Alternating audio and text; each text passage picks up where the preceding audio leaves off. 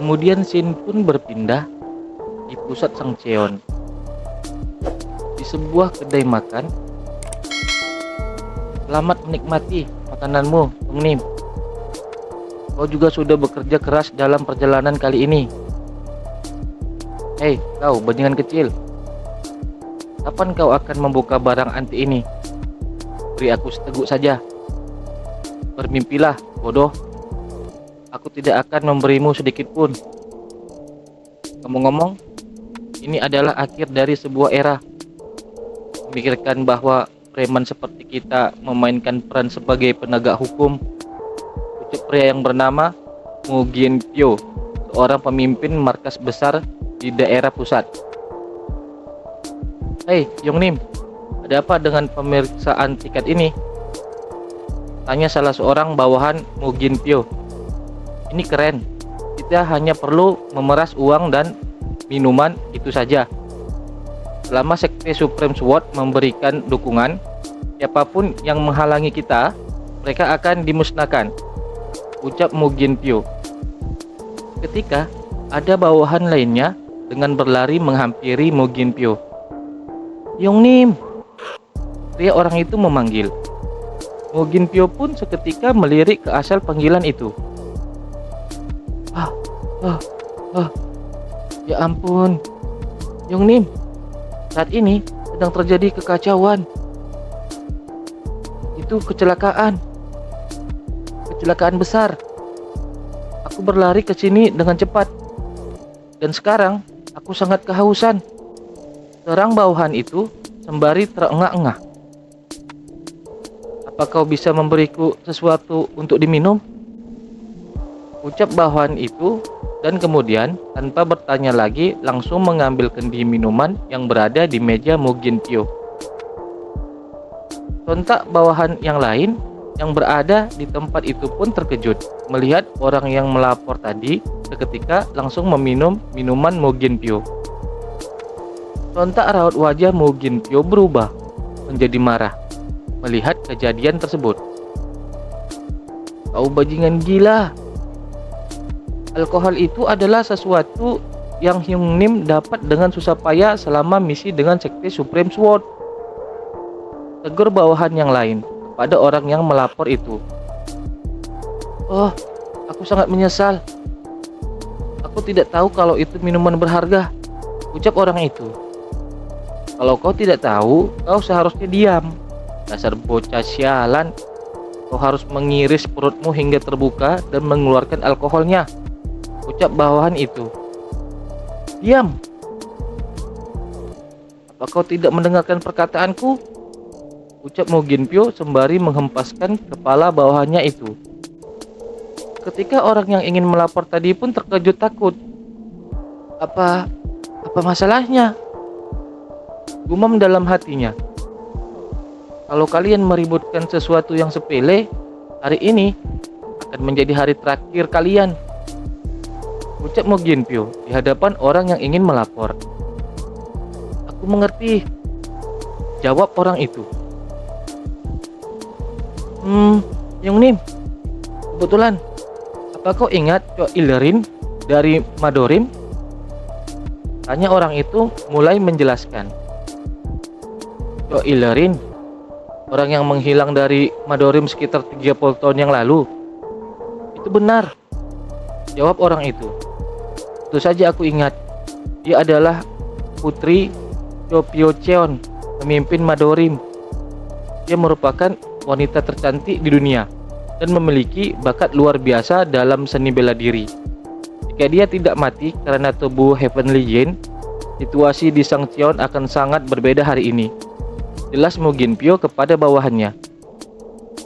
Kau mengingatnya, tapi masalahnya anak dari wanita Cho Illerin itu telah muncul, ungkap orang itu. Apa kau sedang bercanda sekarang? Maksudmu, dia melahirkan seorang anak dengan tubuh Heavenly Yin? Tanya Mu Ginpyo. Itu benar. Madorim sedang dalam kekacauan sekarang.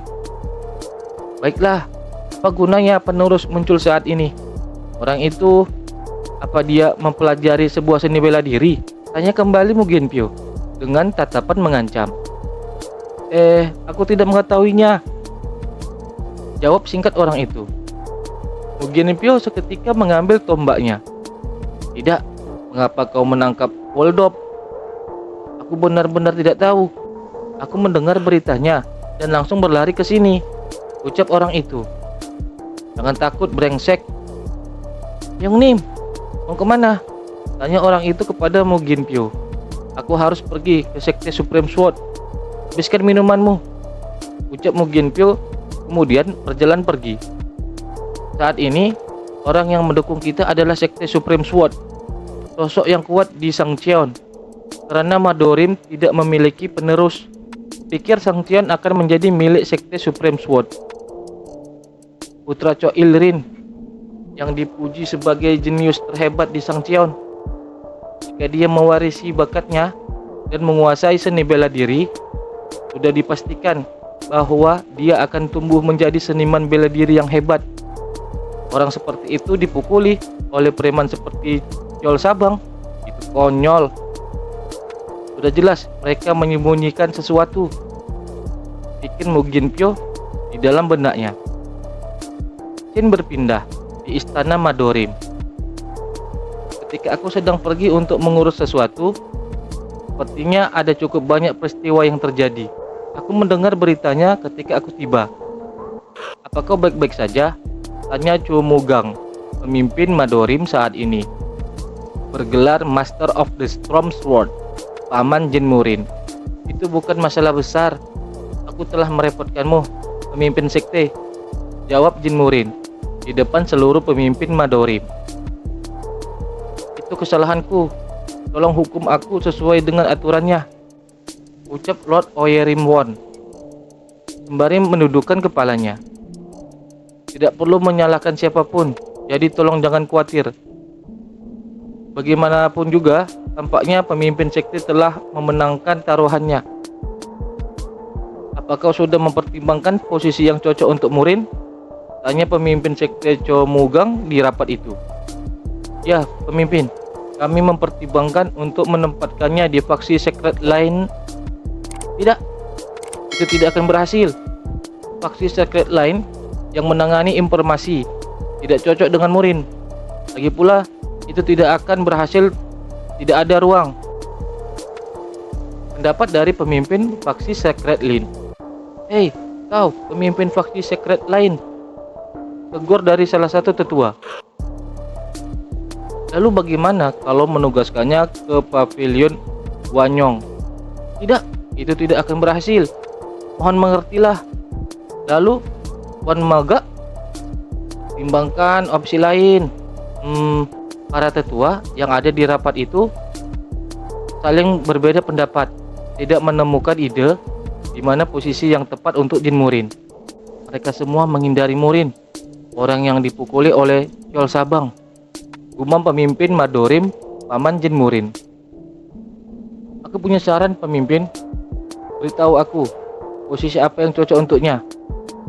Aku ingin membuat divisi untuk bisnis kecil. Saya menyarankan untuk mendirikan divisi Barat Laut, usulan dari tetua Oerimwon. Divisi Barat Laut, gumam tetua Neerimwon.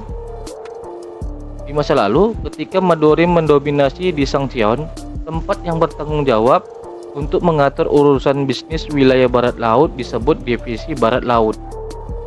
Karena pengaruh Madorim yang kuat, sekarang telah berkurang dan hanya mengelola jalur Timur Laut sebagai divisi Timur Laut. Oerimwon, jalur Barat Laut sekarang ditempati oleh faksi kecil. Apakah berencana untuk mendorong tuan muda yang lemah ke sana? Gumam kesal ketua Nairimwon. Apa tempat itu merupakan sia-sia bisnis Madorim di jalur Barat Laut? Di sana juga ada penginapan Cheong yang tuan muda ambil alih, ucap tetua Oerimwon. Oerimwon, apa maksudmu? Apa maksudmu dengan menempatkan tuan muda di sana? Ucap tetua Nairimwon dengan kerasnya.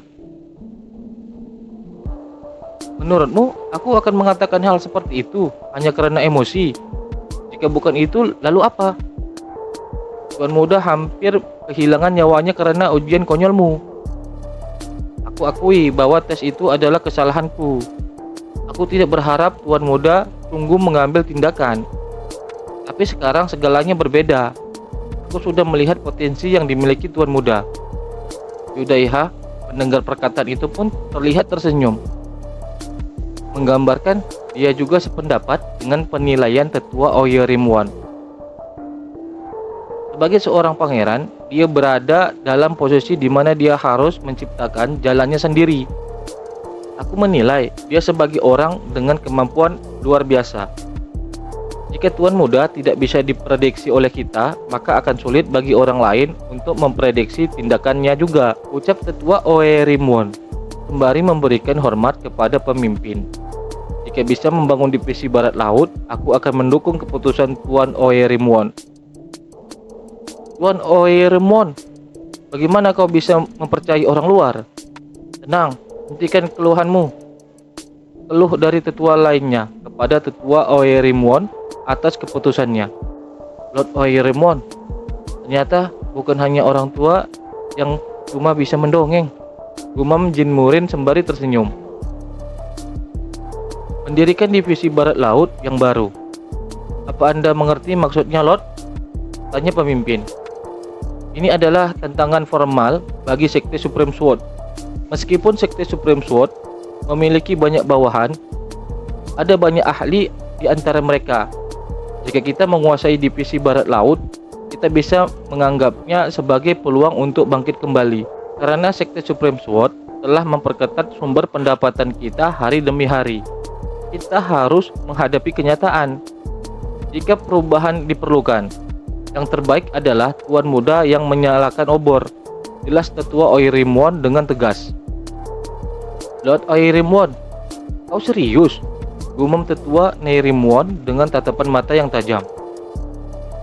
Jin Murin, bagaimana menurutmu? Tanya para tetua. Aku tolak, itu akan sulit bagimu. Tuan Muda, satu aib saja sudah cukup. Jangan membuat kekacauan lagi. Gumam para tetua berharap Murin menolak keputusan itu, sembari menatap Murin dengan tajam. Lord, bisakah mengulangi perkataanmu lagi? Aku tidak mendengarnya. Karena apa yang dikatakan Mayeng Gakju dan Wan Ma Gakju padaku melalui telepati untuk menolaknya sejak awal, ucap Murin sembari mengorek telinganya. Hahaha. Oh, itu yang dikatakan Lord Oyerimwon sulit diprediksi, ucap salah satu tetua, sembari terlihat wajah dua tetua yang membisikkan Murin tadi terkejut. Divisi Barat Laut bertanggung jawab untuk mengawasi urusan bisnis jalur Barat Laut. Para penjaga di sana bekerja sama dengan Sekte Supreme Sword. Jika kita memprovokasi mereka sebelum waktunya, Sekte Supreme Sword mungkin akan mendatangi kita, ucap Murin. Itu benar, jumlah pasukan Supreme Sword lebih banyak dari kita. Namun, jika kita menundukkan faksi-faksi kecil di jalan Barat Laut, kita dapat mempersempit inferioritas jumlah tersebut sampai batas tertentu, jelas pemimpin Madorim. Mereka memperketat keuangan kita, meskipun mereka lebih unggul dalam hal jumlah. Itu untuk memaksa kita tunduk sambil mempertahankan kekuatan mereka. Bahkan jika Jin Murin gagal, tidak akan terjadi perang, pikir pemimpin Madorim. Aku akan melakukannya dan tidak perlu mengirimkan bantuan, ucap Jin Murin dengan percaya diri. Sembari terlihat para tetua di sana terkejut mendengar ucapan Jin Murin itu. Menjadi pemimpin divisi Barat Laut lebih dari sekadar menjadi tamu kehormatan. Kami akan meningkatkan penjagaan, jadi pastikan untuk bersama mereka setiap saat, sanggah Lord Oyerimwon atas ucapan Jin Murin. Itu benar, ini hanya sebagian dari Chongqing, tapi seperti hutan pedang. Tolong dengarkan pendapat Wu Juwon, ucap pemimpin. Dalam hal ini, siapa yang mau mengikutiku? Aku tidak butuh bawahan, ucap Jin Murin kembali. Yudhaiha yang mendengar ucapan Jin Murin pun terkejut. Kau keras kepala sama seperti saudariku. Itulah yang kupikirkan juga, sahut Lord Nairimwon. Kalau begitu, aku berangkat, pemimpin. Dan menurutku, tidak ada seorang pun yang percaya padaku. Jadi, tidak ada yang perlu dikhawatirkan. Ekspresi para tua pun terdiam mendengar ucapan Jin Murin. Setelah aku mengambil ahli jalur barat laut, mari kita bertemu lagi di sini, ucap Jin Murin sembari beranjak pergi dari tempat itu bersama Yodaiha. Scene berikutnya, di kediaman Sekte Supreme Sword. Apa itu semuanya? Bukankah itu sedikit mencurigakan? Oh, tamu kehormatan, aku mendengarnya. Itu menarik. Menarik? Maksudmu? Percakapan antara Mu Ginpyo, pemimpin preman, dan salah satu pemimpin dari Sekte Supreme Sword. Ya, ia mengambil penginapan tanpa mengeluarkan pedang untuk mencegah Sekte Supreme Sword ikut campur. Di dunia yang penuh kebanggaan pada murim, mereka yang tidak mengejar kekuatan sangatlah jarang. Tapi dia seumuran dan berasal dari Madorim. Terlihat Mu Ginpyo diam sedang mendengarkan. Bukankah itu menarik? Dia seorang yang tidak menunjukkan wajahnya. Kurasa dia orang yang sama sepertiku. Aku ingin sekali bertemu denganmu, Jin Murin, ucap Jong Hagi, salah seorang pemimpin Sekte Supreme Sword yang bergelar Sangcheon Devin Sword. Kemudian scene pun berpindah. Malam hari di hutan bambu. Terlihat Jin Murin sedang berjalan seorang diri di hutan bambu tersebut. Jin Huan, kau di sini? Ya tuan, jawab seseorang yang tiba-tiba muncul sembari berlutut memberi salam. Orang bertopeng itu pun menyebutkan identitasnya kepada Jin Murin. Seo Jin Huan, Kapten Silverguard, menyambut Anda, tuanku. Aku sudah bilang pada mereka untuk tidak mengirim siapapun, namun kau tetap datang. Apa kau lupa kalau mata dan telinga mereka sedang memperhatikan kita? Aku minta maaf, tuan. Anda juga sudah mengetahuinya bahwa kami tidak bisa membiarkan Anda pergi sendirian. Tolong, izinkan saya untuk mengikuti Anda, meskipun itu hanya saya, ucap Jin Huan, Kapten Silverguard, bawahan Jin Murin. Anak ini sangat keras kepala. Bagaimana dengan bawahanmu?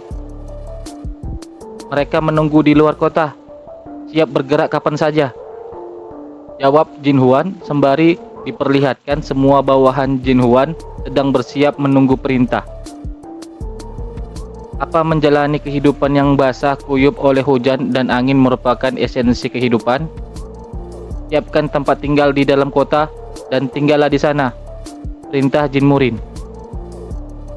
Anda mungkin akan terekspos oleh mereka nanti. Bukankah mereka sudah datang? Itu tidak masalah. Dimengerti, jawab Jin Huan. Ngomong-ngomong, tuan, tinggi Anda, ucap Jin Huan sembari menatap tajam tubuh Jin Murin. Ya, tinggi badanku secara bertahap mencapai batasnya. Bahkan pada levelku saat ini, hanya ada sedikit di antara 10 warrior murim yang hebat yang bisa menandingiku. Tapi saat pertumbuhanku berhenti, energi internal yang disegel masterku akan kembali. Saya mengerti, tuan, ucap Jin Huan. Kurasa aku harus memberimu tugas, karena kau sudah datang sejauh ini. Apa itu akan baik-baik saja? Tanya Murin pada Jin Huan. Tolong beri saya perintah, jawab Jin Huan dengan tatapan mata yang tajam. Scene pun berganti. Di jalur barat laut. Pekerjaan di jalur barat laut berkembang pesat. Itu berkat dukungan penduduk Nairin dan Oirim. Rumah tamu dengan pagar kawat ini dipenuhi banyak perbekalan. Senang bertemu denganmu, tuan muda. Kami akan berada dalam perawatanmu. Kami juga menerima bantuan tenaga kerja dari kantor regional Timur Laut. Mungkin karena situasi di distrik Barat Laut orang-orang kuat datang. Aku Sukso Bugyo. Aku Jomsoy Adan. Terlihat dua saudara kembar sedang memperkenalkan diri mereka di hadapan Jin Murin dan Yodaiha. Tunjukkan keahlian kalian dan bawakan aku makanan, perintah Jin Murin. Baik, Tuan Muda. Ketika kedua saudara kembar itu pun memperlihatkan kemampuan mereka yang sangat luar biasa untuk memenuhi perintah Jin Murin. Kurasa kami tidak perlu khawatir rumah tamu akan dirampok. Apa yang kau lihat? Tanya Yodaiha. Ini adalah buku yang merangkum situasi distrik barat laut. Yol Sabang, Jungyeon Muan, Seok Gajang, Tocheon Mun, Ilmun, Muwabang. Ada begitu banyak sampah yang berkumpul di area kecil ini, ucap Jin Murin. Hanya Chol Sabang dan Muwabang yang menjalankan bisnis yang menguntungkan. Faksi lain menghasilkan uang melalui perdagangan dan prostitusi, jelas Yodaiha. Ada catatan mengenai Chol Sabang juga. Oh, tidak, ini menarik. Terlihat semangkuk mie yang sangat menggugah selera sudah tersaji di atas meja.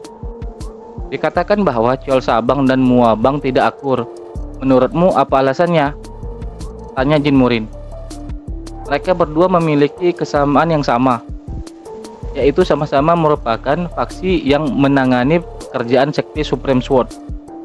Untuk melanjutkan hubungan mereka dengan Sekte Supreme Sword, mereka perlu membuktikan kemampuan mereka, sehingga mereka merupakan pesaing, jelas Yodaiha pada Jin Murin. Itu benar, ucap Murin sembari memakan semangkuk mie yang sudah disuguhkan tadi. Daiha, ya Tuan Muda, aku ingin kau menjalankan beberapa tugas untukku sebentar, pinta Jin Murin pada Yodaiha. Kemudian di rumah pusat distrik barat laut Chongqing, Yol Sabang, 1 cangkir untuk rumah tamu, 2 cangkir untuk uang hiburan, 3 cangkir akan membuat tempat itu bangkrut, ucap Yomubong yang sedang mabuk. Tuan, seorang tamu dari Madorim telah tiba, ucap seorang bawahan yang tiba-tiba memberitahukan Yomubong. Madorim apa? Apa mereka mengatakan bahwa uang penginapan dan hiburan tidak cukup? Ucap Yomubong dengan kesalnya. Tidak Tuan, mereka membawa hadiah. Mengapa kau tidak bilang? Kau bajingan tidak berguna, ucap Yomubong kepada bawahannya yang terlihat mengerutkan alis matanya. Mari kita lihat trik macam apa itu. Bawa mereka ke dalam. Baik, sahut bawahannya. Salam Tuan, ucap Yodaiha yang tiba-tiba sudah masuk ke ruangan itu. Baiklah, baiklah. Kalau itu bukan lintah Madorim, katakan tujuanmu. Tuan Muda mengirimkan hadiah. Dia memintaku untuk mengirimkan ini padamu, ucap Yodaiha kemudian memberikan sebuah kotak pada bawahan Yomubong.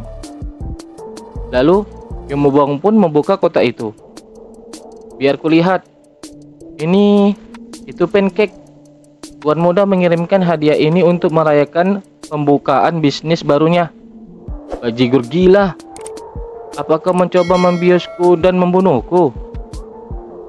Memikirkan kerugian yang kualami karena kehilangan rumah tamu saja sudah membuat gigiku mau copot. Hentikan omong kosong ini dan beritahu aku alasan sebenarnya mengapa kau datang ke sini, ucap Yomubong dengan kesal sembari meremas kendi minuman yang ada di tangannya. Hanya itu saja. Kalau begitu aku akan datang lagi besok, ucap Yodaiha lalu kemudian pergi begitu saja. Taibong, ikuti bajigur itu. Dia bilang dia akan datang lagi besok. Jika aku melihat wajahnya beberapa kali lagi, aku akan mati karena marah. Cari tahu apa yang dia lakukan dan laporkan kembali padaku. Mengerti? Perintah Yomubong kepada Taibong seorang bawahannya. Ya Tuan Yu, serahkan padaku, jawab Taibong singkat. 1 minggu kemudian. Aku Seo Taibong, seorang ahli membuntuti orang. Aku sudah membuntuti Yudaiha selama 4 hari sekarang. Setelah memberi pancake, dia mengunjungi Ciol Sabang setiap hari. Ada satu hal yang kupelajari saat membuntutinya. Dia sepertinya menyukai pancake. Di hari kedua, dan bahkan di hari ketiga, dia terus memberi kami pancake. Aku ingin tahu rasa apa hari ini. Pasti kacang merah. Madu, aku suka pasta kacang merah. Sekian laporan saya, Tuan Yu, ucap Taibong, melaporkan hasil penyelidikannya atas Yudaiha. Mendengar itu, Yu Mubong seketika marah besar. Yang kau lakukan hanyalah makan pancake, brengsek. Tuan Yu, kau terlalu kasar. Aku juga punya informasi baru untuk dilaporkan. Ada rumor yang beredar bahwa Ciol Sabang bersahabat dengan Madorim, ucap Taibong dengan kesal juga. Omong kosong apa itu? Mengapa kita bersahabat dengan Madorim? Tanya Yu Mubong lagi. Sembari masih terlihat Taibong masih merasa kesal. Nah, bukankah orang Madorim itu datang ke sini membawa hadiah selama seminggu terakhir? Aku mendengarnya dari Muwabang. Mereka sepertinya menyebarkan rumor jika Ciol Sabang telah bekerja sama dengan Madorim. Lanjut Taibong menjelaskan. Apa? Ketika Yu Mubong pun terkejut mendengar berita itu. Mengapa kau tidak memberitahuku lebih awal, Bajigur? Pangeran Bajigur itu, aku tidak akan membiarkan dia lolos begitu saja. Tuan Muda, apa aku masih harus pergi ke Ciol Sabang dan membeli pancake hari ini? Tidak, kau tidak perlu pergi mulai hari ini dan seterusnya. Sepertinya rumor tersebut sudah mulai menyebar dengan baik. Ciol Sabang berani mengkhianati Sekte Supreme Sword dan bekerja sama dengan Madorim. Bahkan tanpa itu mereka akan pusing karena Muwabang.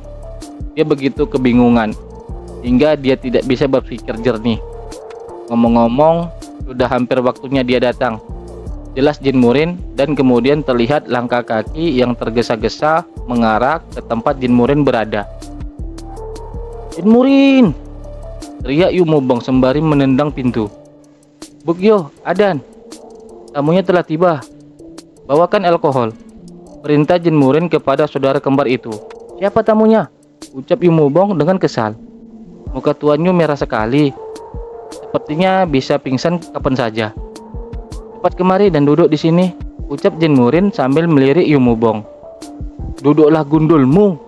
Apa kau tahu mengapa aku datang kepadamu? Ucap Yu Mubong dengan kesal, sembari menendang meja Jin Murin. Bukankah kau datang untuk minum bersamaku? Kau meremehkanku, bukan? Beraninya kau memfitnahku dengan rencana kotor seperti itu? Ini berbeda dari sebelumnya. Akan kutunjukkan padamu betapa menakutkannya aku, ucap Yu Mubong yang dilihat Yudaiha dan kedua saudara kembar itu. Apa tidak ada ruang untuk berdiskusi? Tidak. Dan kau bahkan tidak mau minum. Aku akan menghancurkan kepalamu dengan botol itu, ucap Jin Murin dan Yu Mubong. Kamu sangat bertekad, maka tidak ada yang bisa aku lakukan. Itulah akhir bisnis untuk hari ini. Tutup semua jendela, ucap Jin Murin sembari beranjak dari tempat duduknya. Tuan, panggil Yudaiha dengan raut wajah bingung melihat tindakan Jin Murin. Bugyo dan Adan tetap di dapur dan jangan keluar. Hah? Kau pikir kau bisa melawanku hanya karena kau seorang pangeran kecil? Sepertinya kau tidak ingat dengan baik, karena kau dipukuli dengan sangat parah saat itu, ucap Yu Mubong dengan percaya diri. Kau hanya pelayan Sekte Supreme Sword. Apa yang akan kau lakukan, Bajigur? Ucap Jin Murin sembari berjalan ke arah pintu. Hah? Apa kau akan mengusirku? Ucap kembali Yu Mubong. Aku punya banyak hal yang harus dilakukan. Hari ini berbeda. Tuan, apa kau waras? Gumam Yudaiha melihat tindakan yang dilakukan Jin Murin. Orang bijak pernah berkata, sopan santun menjadi manusia. Terlihat Murin sedang mengunci pintu dengan sebuah sendok. Jika tamu menginginkannya, kita harus memberikannya, benar? Ucap Jin Murin dengan mengepal kedua tangannya sembari menyeringai ke arah Yumubong dengan bengis. Hahaha, kau gila? Kemarilah, akan membuatmu sadar. Aku di sini. Dalam sekejap mata, Jin Murin sudah berada di hadapan Yumubong. Melihat itu, Yumubong pun terkejut dan tidak bisa berbuat apa-apa. Ketika wajah Yumubong sudah dicengkram Jin Murin. Bukankah sopan jika membalas apa yang kau terima? Ucap Jin Murin. Aku tidak bisa mengikuti pergerakannya. Gumam Yudaiha terkejut atas apa yang dilihatnya. Jangan berusaha mulai sekarang. Jika teriakanmu terdengar di luar ruang tamu, aku akan membunuh semua orang di Ciol Sabang. Ucap Jin Murin mengancam, sembari masih mencengkram wajah Yumubong dengan raut wajah tersenyum bengis. Distrik Barat Laut. Tempat ini terbagi di antara banyak faksi yang bekerja sama. Bekerja di bawah Sekte Supreme Sword, hampir sama dengan alam liar. Sementara, faksi-faksi yang sifatnya sama cenderung bekerja sama satu sama lain. Faksi yang lebih gelap di Shangqian berbeda. Untuk menerima perlindungan dari Sekte Supreme Sword, seseorang harus membuktikan kualifikasinya. Di antara mereka, satu-satunya yang bertahan melalui kekuatan dan skill adalah pemimpin Ciol Sabang di Barat Laut. Dia adalah salah satu yang terkuat di ibu kota, kecuali Lord Madorim dan Sekte Supreme Sword. Bagaimana mungkin seorang seperti itu dipukuli secara sepihak, bahkan tidak mampu melakukan serangan balik? Tuan muda, gumam Yudaiha, sembari mengingat kembali situasi sebelumnya yang dialami Jin Murin. Jika seorang pria mempunyai ambisi, bagaimana dia bisa menolak hasrat akan kekuasaan? Kalimat Jin Murin di kejadian yang lalu kepada Lord Orimwon setelah rapat Madorim. Meskipun kau memiliki kekuatan seperti itu, kau menyembunyikannya. Kita tidak boleh memberikan alasan Sekte Supreme Sword ikut campur. Perkataan Jin Murin di kejadian yang lalu. Menahan penghinaan itu, gumam Yudaiha, sembari diperlihatkan Yumubong dipukuli Jin Murin tanpa bisa melawan. Yumubong mulai berusaha menghindar dari pukulan Jin Murin. Kemudian Yumubong bersiap memberikan serangan balik. Kau bajigur, ucap Yumubong dengan kesal sembari memberikan serangan balasan ke Jin Murin. Tetapi serangan Yumubong tidak dapat memberikan ancaman yang berarti, dan kemudian wajah Yumubong pun kembali dicengkram Jin Murin. Yumubong mencoba berusaha untuk terlepas dari cengkraman Jin Murin, tetapi semakin Yumubong melawan, semakin kencang cengkraman yang diberikan oleh Jin Murin. Kau, bahkan jika sedikit pun suara terdengar keluar, aku sudah memberitahumu dengan jelas bahwa aku akan membunuh semua bawahanmu, ucap Jin Murin dengan aura membunuhnya. Sontak Yumubong pun berkeringat menyadari kemampuan Jin Murin. Sepertinya serangan itu tidak menggunakan kekuatan apapun. Padahal kepalaku tidak terkena serangan, namun aku merasa akan kehilangan kesadaran. Itu tidak masuk akal, tapi dia adalah ahli dari ranah yang jauh lebih tinggi dariku. Aku harus menyerah dulu dan memberitahu Sekte Supreme Sword, pikir Yumubong dalam benaknya. Yudaiha, awasi dia, perintah Jin Murin. Ya, maksud Anda awasi? Bagaimana Anda akan pergi, Tuan Muda? Tanya Yudaiha ke Ciol Sabang. Karena dia tidak mematuhi perintahku, aku harus melenyapkan Ciol Sabang hari ini, ucap Jin Murin sembari terlihat Yumubong merasa takut. Aku merasakan niat membunuhnya. Dia sedang serius sekarang, gumam Yumubong sembari merasakan kengerian dari Jin Murin. Tidak, aku kalah, aku kalah. Tuan Muda, tolong ampuni Ciol Sabang, ucap Yumubong dengan gemetar. Tuan Muda, suaranya tidak cukup keras untuk terdengar di luar rumah tamu. Tolong tetap tenang, ucap Yudaiha. Kalau begitu, dia bajigur yang beruntung. Baiklah, Kalau begitu aku akan mengampuni Chol Sabang untuk saat ini. Terima kasih, Tuan Muda. Terima kasih banyak. Terima kasih, ucap Yumubong sembari bersujud berulang-ulang ke Jin Murin. Yubong kami, pria hebat sepertimu bahkan bisa menitikkan air mata. Tapi jika kau sungguh bersyukur, maka belikan aku minuman. Bogyo, Adan, bawakan makanan dan minuman terbaik. Itu untuk Yumubong. Mendengar itu, Yumubong pun terkejut. Kau bajigur kecil, gumam Yumubong sembari meneteskan air mata kekesalan. Ada banyak makanan di sini. Mengapa kau tidak duduk dan makan bersama kami? Apa itu tidak apa-apa, Tuan Muda?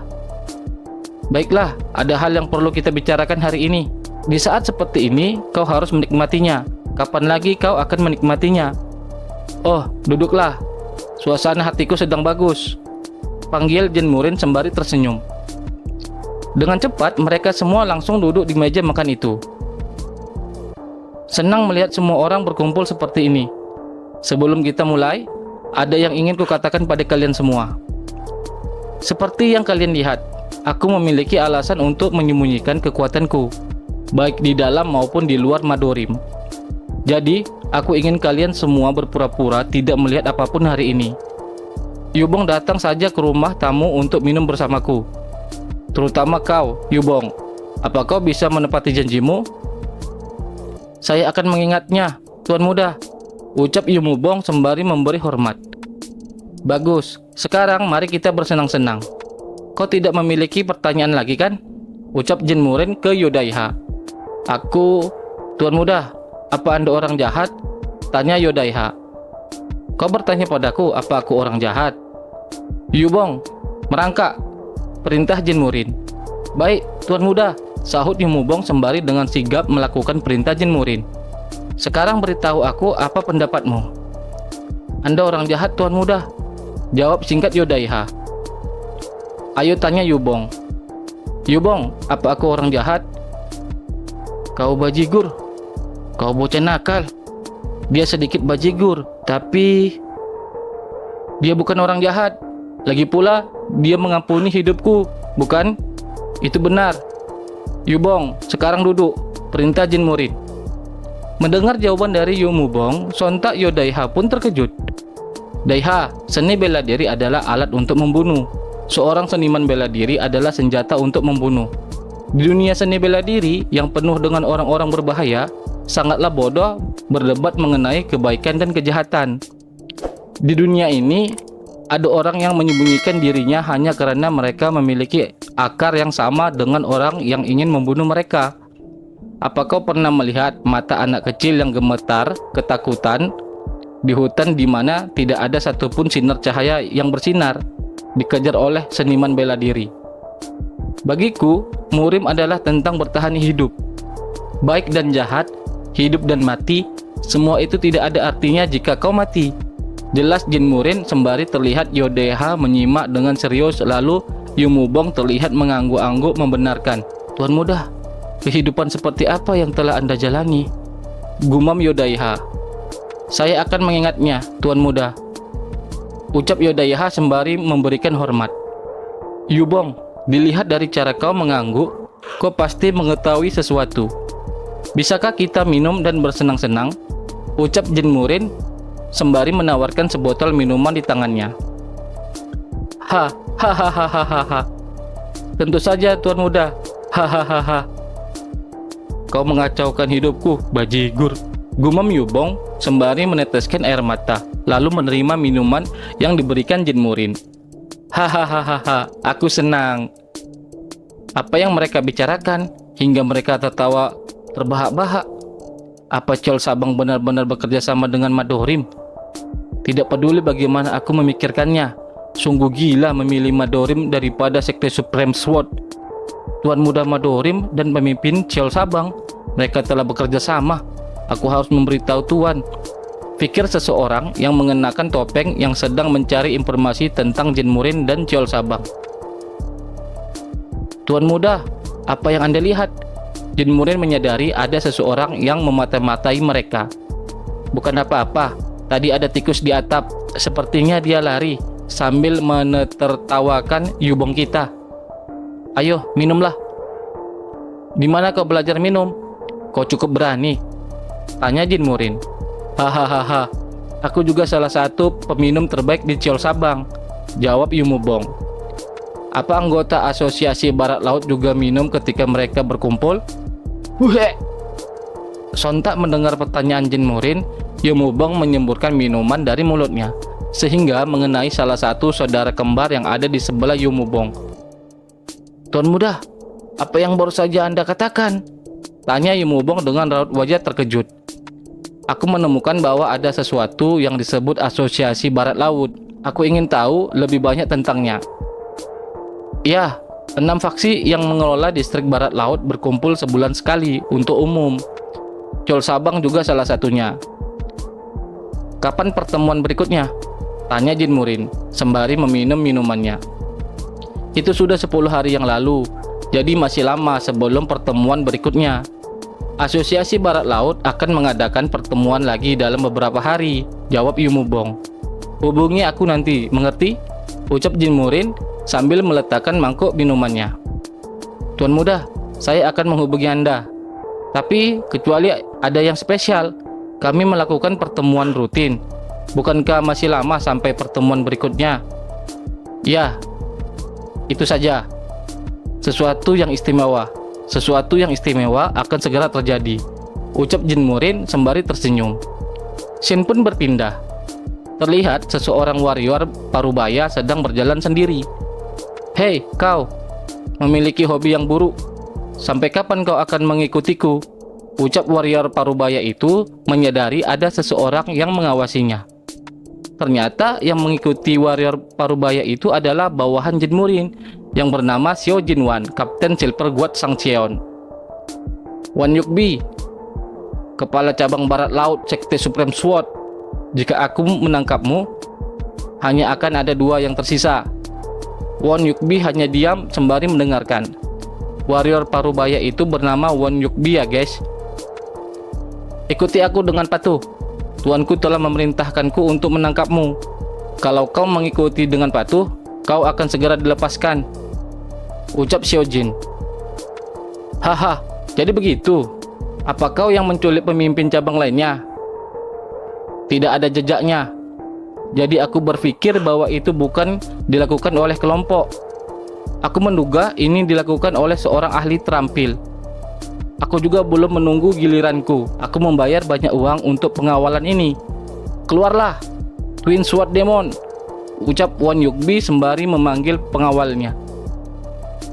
Kerjasama kedua bersaudara ini dikatakan hampir sama hebatnya dengan Divine Sword, Master of the Quick Sword, Double-Headed Sword, dan Master of the Spear Technique, Double-Headed. Namun itu semua hanya dalam pikiran Wan Yukbi. Kenyataannya kedua warrior tersebut sudah babak belur. Mereka adalah Twin Sword Demon kan? Aku tidak mengetahui tentang menjadi master, tapi mereka sangat lemah, ucap seseorang yang bertopeng satunya lagi, bawahan dari Xiao Jin, sambil memegang kedua pengawal Wan Yukbi dalam keadaan tidak sadarkan diri. Sudah terlambat, Komandan. Aku sudah memukuli mereka sampai semua gigi mereka copot, ucap Yongchu, anggota Silver Guard Sangcheon. Ini tidak mungkin. Swordman terbaik di Sangcheon, ucap Wan Yukbi dengan raut wajah tidak menyangka. Diam. Kalau kau tidak ingin kehilangan semua gigimu juga, ikutlah bersama kami dengan patuh. Tidak. Beraninya kalian menghina pemimpin cabang Sekte Supreme Sword, teriak Wan Yukbi sembari menyerang Yongchu dengan pedangnya. Hahaha, tawa Yongchu. Kemudian Yongchu memberikan serangan balik kepada Wan Yukbi dengan keras, sampai-sampai gigi Wan Yukbi pun terlepas. Santai saja, ucap Xiao Jin pada Yongchu. Komandan, yang aku tidak mengerti adalah tidak bisakah kita menghancurkan Sekte Supreme Sword atau apapun itu? Melihat dari level mereka, sepertinya kita bisa menghancurkan setengah dari sekte ini dalam sehari, ucap Yongchu bertanya, sembari terlihat tubuh Wan Yukbi sudah terkapar tak sadarkan diri. Itu benar, tapi Tuan Muda memiliki rencana untuk semuanya. Lagi pula, Kau benar, aku bisa mengatasinya sendiri. Aku akan mengurus sisanya. Jadi pergilah dan bantu Tuan Muda. Kau belum lupa bagaimana memperlakukan Tuan Muda, bukan? Tanya Xiaojin mengingatkan kembali. Ya, aku bukan seorang bandit. Aku seorang warrior yang memiliki ikatan dengan Lord. Ah, benar, dia bukan Lord lagi, tapi seorang pangeran muda sekarang. Hehe, Tuan Muda kita sudah benar-benar dewasa. Aku bertanya-tanya seberapa besar dia tumbuh. Tuan Muda kita, aku akan menemuinya sekarang, ucap Yongchu sembari tersenyum menyeramkan. Yongchu, panggil Xiaojin dengan membuka lebar matanya melihat Yongchu. Ya, sahut Yongchu. Jika bisa, jangan tersenyum, ucap Xiaojin sembari terlihat senyuman Yongchu yang sangat membagongkan. 2 hari kemudian, terlihat Yongchu sudah berada bersama Jin Murin di kediamannya. Ah, bajigur ini sangat bodoh, keluh Jin Murin. Hehe, lama tidak bertemu, Tuan Muda, sapa Yongchu. Yongchu, aku sangat penasaran, kenapa dari semua bajigur yang ada di sana, malah kau yang datang? Tanya Jin Murin. Aku tidak terkenal. Dia menyuruhku untuk datang ke sini. Haruskah aku kembali, Lord? Ucap Yongchu. Tidak, bukankah Jin Huan memberitahumu? Jangan panggil aku Lord, panggil aku Tuan Muda. Ya, Tuan Muda. Jadi, siapa yang akan kita hancurkan kali ini? Untuk sekarang tidak ada. Untuk saat ini, jangan memukul siapapun tanpa perintahku.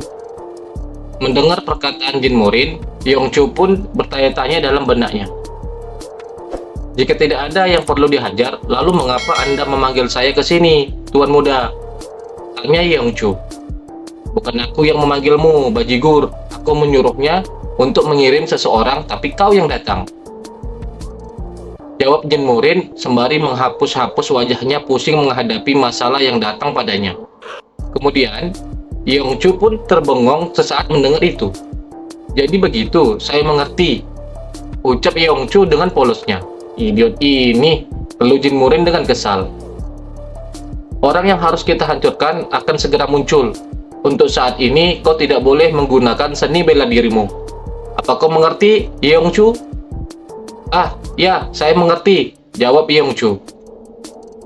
Daiha, Bugyo, Adan, kalian boleh masuk sekarang. Aku minta maaf, ucap Jin Murin memanggil mereka yang sebelumnya berada di luar ruangan itu. Apa Anda sudah selesai bicara, Tuan Muda? Siapa orang itu? Tanya Yodaiha. Dia hanya prajurit bayaran dari Xiong Cheon yang memiliki hubungan denganku. Lagi pula, aku memanggilmu karena aku memiliki pekerjaan untukmu. Jadi begitu. Nah, baru saja seseorang dari Ciol Sabang datang. Terang Yodaiha ke Jin Murin. Salam Tuan Muda, sapa Taibong bawahan Yok Mubong sembari terengah-engah. Asosiasi Barat Laut telah mengadakan pertemuan. Mendengar berita itu, Jin Murin pun tersenyum tipis. Yongchu, bersiaplah. Kita memiliki beberapa orang yang harus dihajar. Perintah Jin Murin sembari tersenyum licik. Mendengar perintah dari Jin Murin, Yongchu pun mulai tersenyum mengerikan.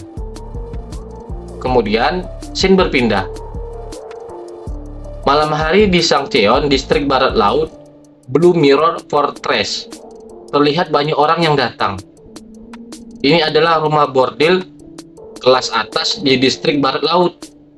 Sebulan sekali, para pemimpin dari 6 faksi distrik Barat Laut bertemu di sini untuk mengadakan pertemuan. Terlihat Yok Mukbong beserta bawahannya hadir juga di tempat itu. Padahal belum genap sebulan. Namun Asosiasi Barat Laut sudah mengadakan pertemuan. Apa yang telah kau lakukan, Tuan Muda? Ucap Yok Mukbong dalam hatinya. Tunggu di sini, perintah Yok Mukbong kepada bawahannya. Bahkan tanpa itu, karena ada rumor yang beredar bahwa kami telah bekerja sama dengan Madorim, akan sulit untuk bertukar salam dengan mereka. Brengsek. Baiklah, terserah. Aku juga merasa tidak nyaman karena bajigur Mowabang itu. Jika mereka menipuku sebagai pengkhianat di sini, aku akan menjatuhkan mereka bersamaku. Pikir Yu Mukbong dalam hatinya, sembari berjalan masuk menuju ruangan rapat para pimpinan 6 faksi. Sepertinya aku yang terakhir. Semua orang telah berkumpul, ucap Yu Mukbong sembari tersenyum bengis. Terlihat di sana sudah berkumpul para pemimpin faksi hitam distrik barat laut. Hei, Mubong, ada apa dengan wajahmu? Bukannya kau bekerja sama dengan Madorim? Tanya pemimpin Muwabang yang bernama Chu Kwangdo. Mendengar ucapan dari Chu Kwangdo, Yu Mukbong pun kesal sampai-sampai terlihat urat-urat kepalanya mengeras. Suasana hatiku sedang buruk karena ada tikus yang menyebarkan rumor itu. Aku akan menangkap tikus itu dan segera membunuhnya, ucap Yu Mukbong.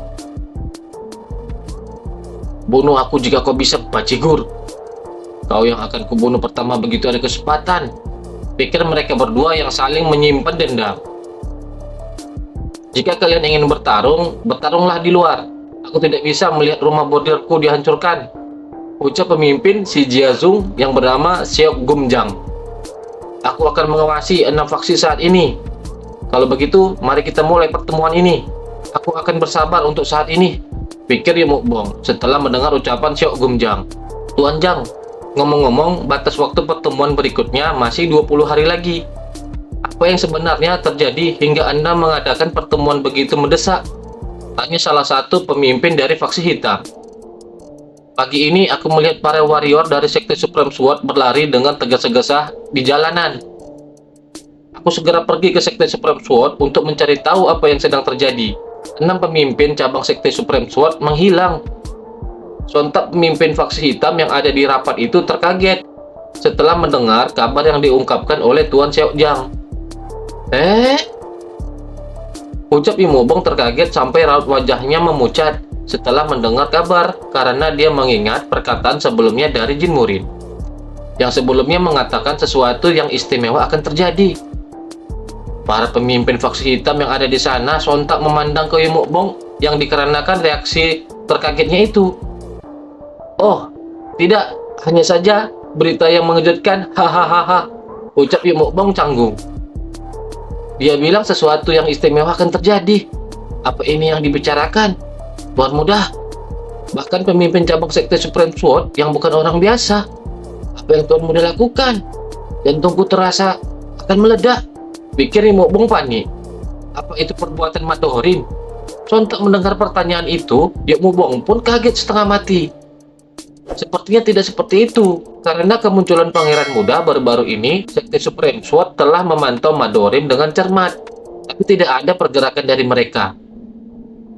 Manajer cabang dari Supreme Sword bukanlah lawan yang mudah. Kecil kemungkinan Madorim akan mengambil resiko sebesar itu, karena kurangnya kekuatan yang mereka miliki saat ini. Belati yang tersembunyi lebih menakutkan daripada belati yang ada tepat di depanmu. Kalau bukan Madorim, bukankah itu masalah yang lebih besar? Itu sebabnya aku memanggil kalian semua ke sini. Aku pikir kita juga harus membantu mencari mereka.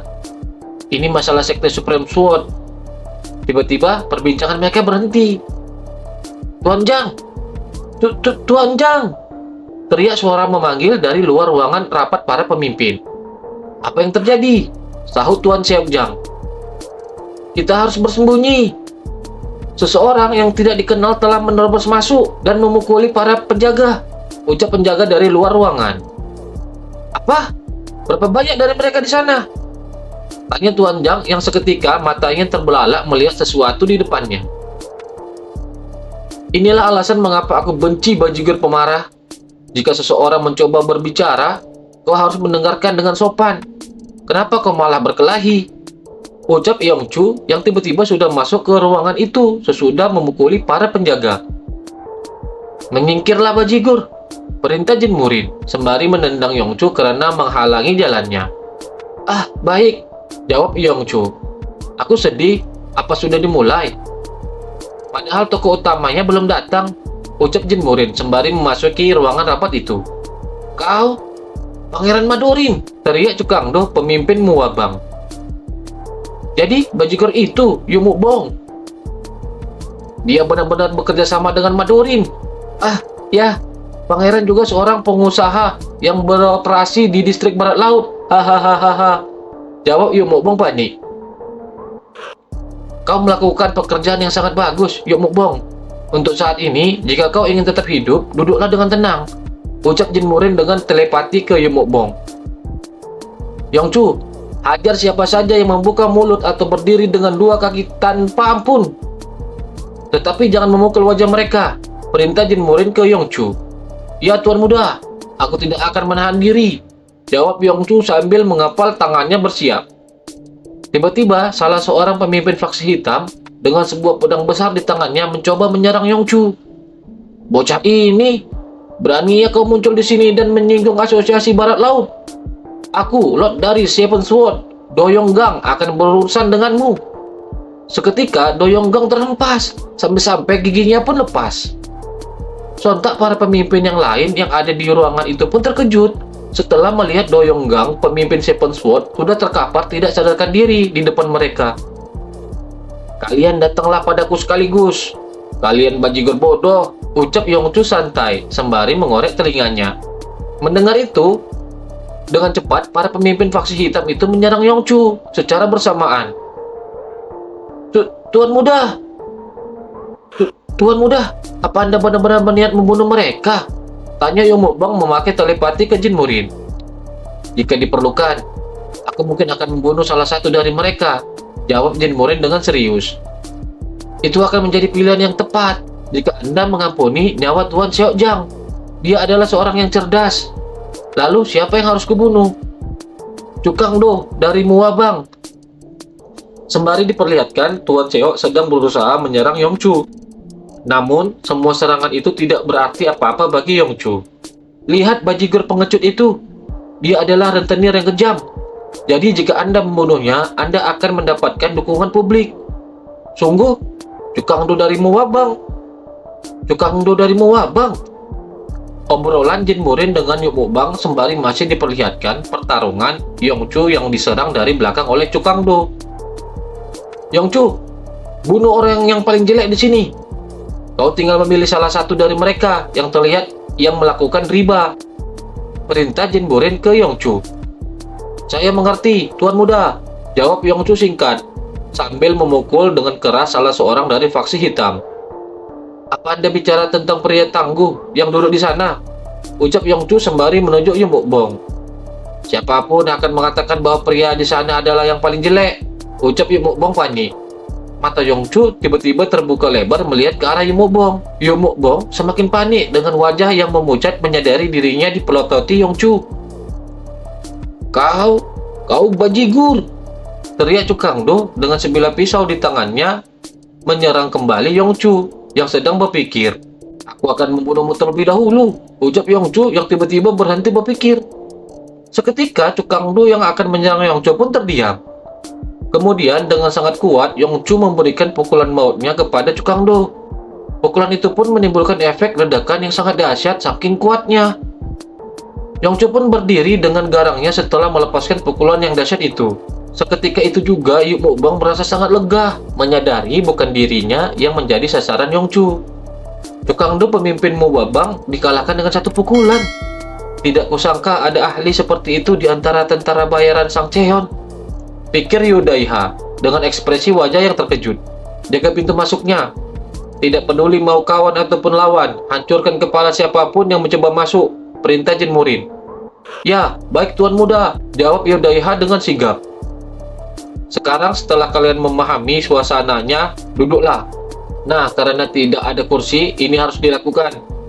Mari kita mulai pertemuan asosiasi barat laut, ucap Jin Murin santai sembari duduk di jendela dengan diterangi sinar bulan di depan para pemimpin asosiasi barat laut. Silahkan duduk. Mari kita mulai pertemuan asosiasi barat laut, ucap Jin Murin mempersilahkan. Pangeran Muda Madorim, apa kau pikir kau akan aman setelah membuat kekacauan seperti ini? Kakekmu mungkin seorang yang hebat, namun ini keterlaluan. Aku yakin kau sadar bahwa Sekte Supreme Sword mendukung kami, kan? Orang yang kau bawa adalah warrior yang mengesankan. Tapi jangan terlalu sombong, hanya karena satu tentara bayaran dan kakekmu. Hahaha. Kau menyuruhku untuk tidak menjadi sombong dan mempercayai mereka. Namun kau bersembunyi di balik Sekte Supreme Sword. Baiklah. Daiha, masuklah kembali. Perintah Jin Murid. Baik Tuan Muda, sahut Daiha sigap. Yongchu, kau gantikan Daiha. Halangi pintu masuk, kau bisa membunuh mereka semua. Ucap Jin Murin memerintahkan kembali. Sontak Tuan Zhang terkejut setelah mendengar perintah Murin kepada Yongchu. Ada seorang ahli yang menyamar sebagai tentara bayaran. Jika kalian menemukan Tuan Seok Jiang, segera selamatkan dia. Ucap salah satu penjaga menginstruksikan kepada rekan-rekan lainnya sembari bergegas menuju ke ruangan rapat Asosiasi Barat Laut. Sesaat kemudian, para penjaga itu sudah tiba di depan ruangan rapat Asosiasi Barat Laut dan bertemu Yongchu yang sedang menjaga di depan ruangan itu. Selamat datang, ucap Yongchu sembari menyeringai mengerikan. Apa kau mendengar itu? Bawahanmu sedang sekarat. Tuan Muda, apa kau sungguh berpikir bisa lolos setelah melakukan ini pada kami? Dengan cepat, orang itu pun menerima tamparan dari Daiha dengan kuatnya. Oh, kamu bersikap agresif. Apa yang terjadi, Daiha? Tanya Murin heran ke Daiha melalui telepati. Anda pernah bilang bahwa Murim adalah tentang bertahan hidup. Jawab Daiha dengan sungguh-sungguh. Itu benar. Belas kasihan kepada musuh adalah tindakan bodoh. Begitu kau memulai, kau harus memastikan mereka tidak pernah bisa bangkit kembali sampai racunnya hilang dari mata mereka. Ucap Jin Murin menjelaskan.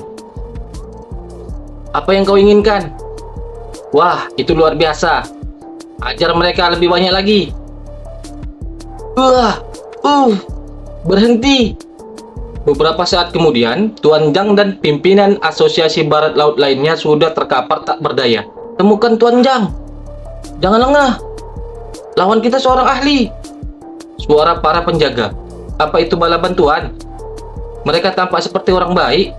Ucap Jin Murin. Ah, tidak. Jangan kemari. Teriak Tuan Zhang memperingatkan penjaga yang berada di luar ruangan itu. Seok Gak Zhang, aku akan memberimu satu kesempatan terakhir. Jika kau ingin mencabik-cabikku, silakan dan coba. Ini adalah kesempatanmu. Ucap Jin Murin sembari diperlihatkan Yongchu bersiap akan menghabisi penjaga yang datang. Kau bilang aku adalah serangga Madorim. Kau juga bilang aku adalah bocah manja yang bergantung pada kakeknya. Kau hanya perlu menghadapi satu tentara bayaran yang mirip monster. Jadi, bukankah ini pertarungan yang layak untuk diperjuangkan?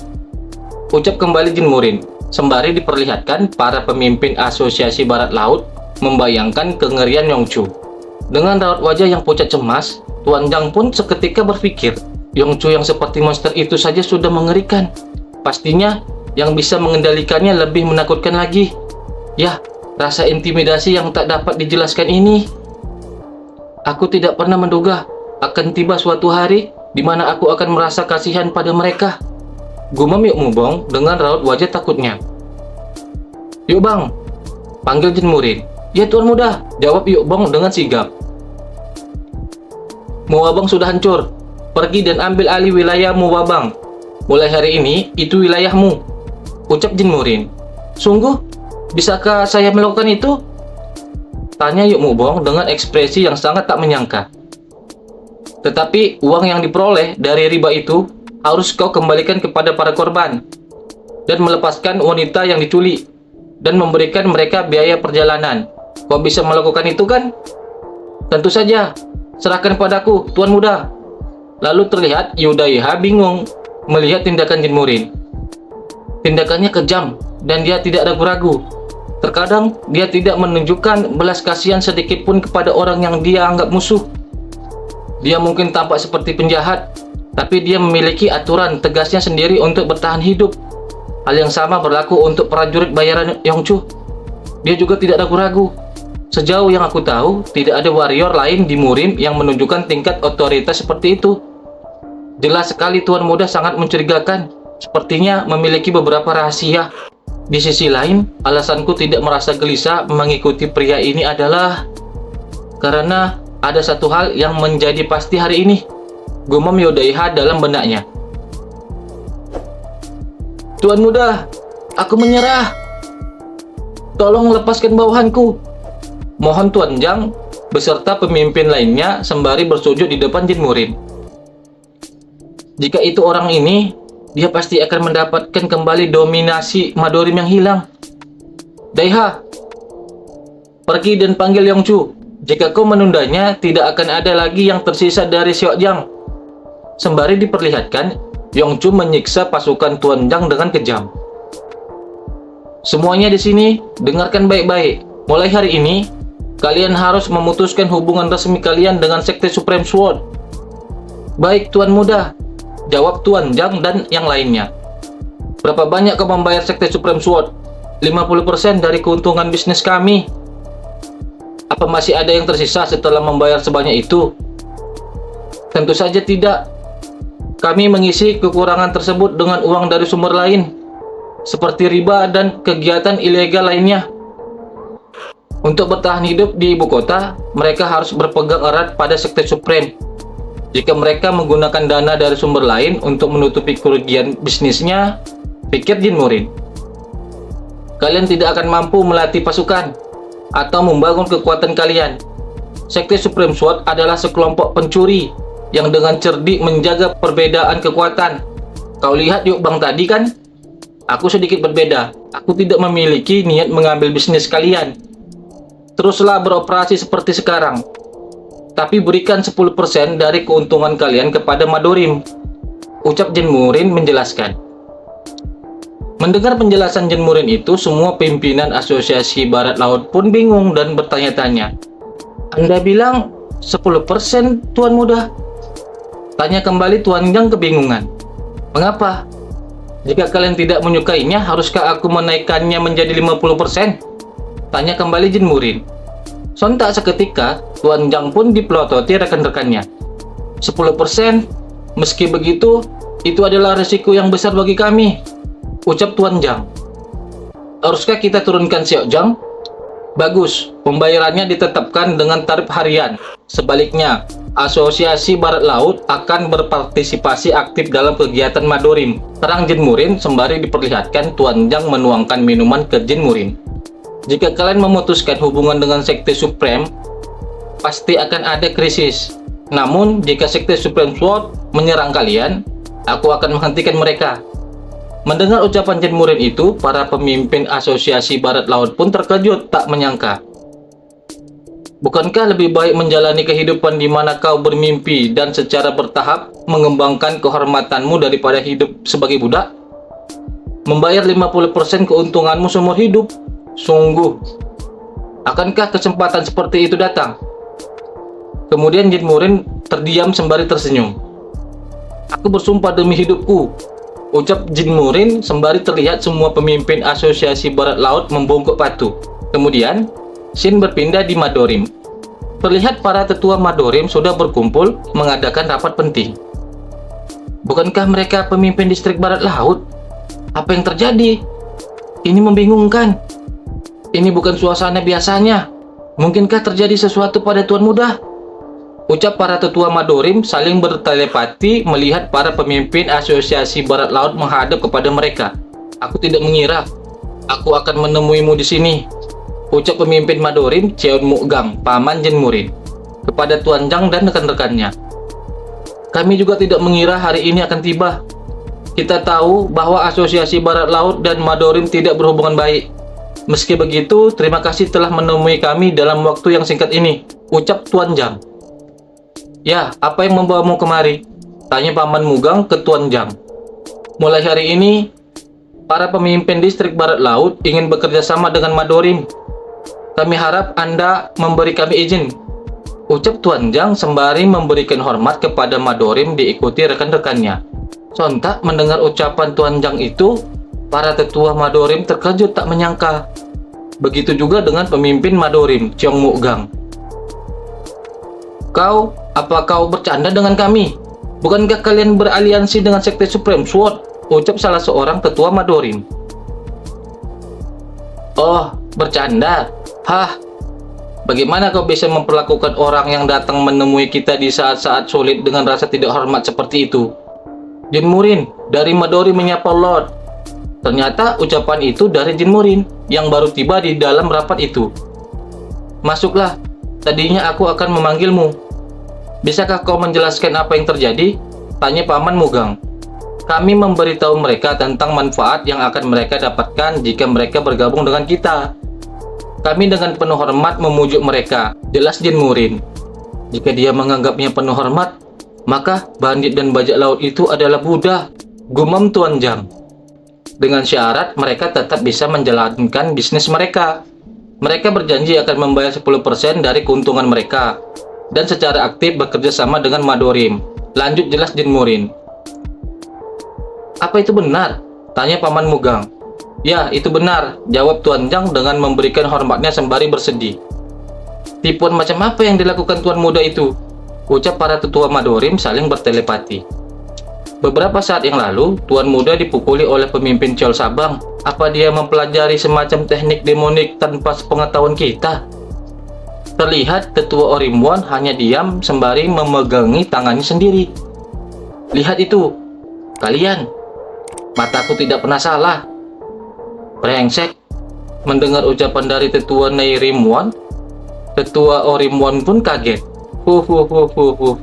Tawa tetua Nei Rimwan sembari sedikit membanggakan dirinya. Bagaimana juga ini sungguh luar biasa. Bagaimana bisa memenangkan hati orang-orang kasar itu? "Yodaiha, kau tahu kan?" tanya tetua Nei Rimwan kepada Yodaiha dengan telepati. "Aku melihat memar di wajah mereka. Apa yang Tuan Muda lakukan?" tanya kembali tetua Nei Rimwan. Yodaiha terlihat kaget dan sedikit berkeringat. Kemudian terlihat Yodaiha memalingkan pandangannya dengan canggung. Dia dengan hormat membujuk mereka," jawab Yodaiha singkat.